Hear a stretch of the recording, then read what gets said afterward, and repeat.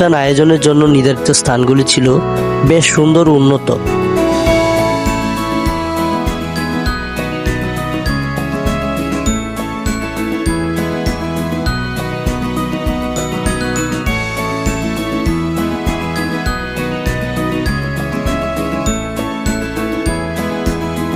এরপর শুরু হলো আমাদের ফটো সেশন।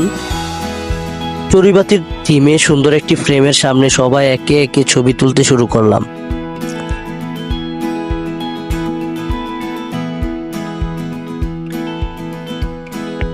এরপর শুরু হলো মূল অনুষ্ঠান। বন্ধুদের মধ্যে বিভিন্ন ধরনের পারফরমেন্স অনুষ্ঠিত হয়। কেউ গান গাইলেন, কেউ কবিতা আবৃত্তি করলেন, কেউ গল্প বললেন। সব মিলিয়ে শুরু থেকে অনুষ্ঠানটি ছিল প্রাণবন্ত।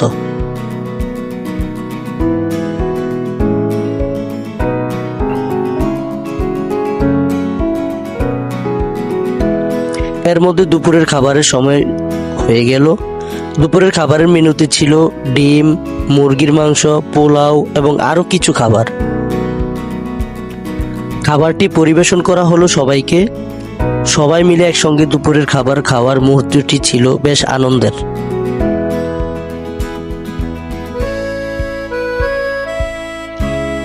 আপুরা সহ আমাদের এই খেলায় অবশ্যই অংশগ্রহণ করার জন্য বিনীতভাবে অনুরোধ জানাচ্ছি। দুপুরের খাবারের পর আবার শুরু হলো মূল অনুষ্ঠান।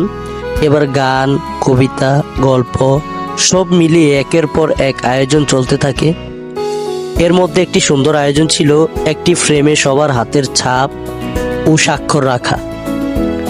এই ফ্রেমটি আমাদের ব্যাচের স্মৃতি হিসেবে ভবিষ্যতে অনেক গুরুত্বপূর্ণ হয়ে থাকবে। আরেকটি সুন্দর আয়োজন ছিল বন্ধুদের হাতে মেহেদি পরিয়ে দেওয়া। মেয়েরা একে অপরকে মেহেদি পরিয়ে দিচ্ছিলেন। পুরো বিষয়টি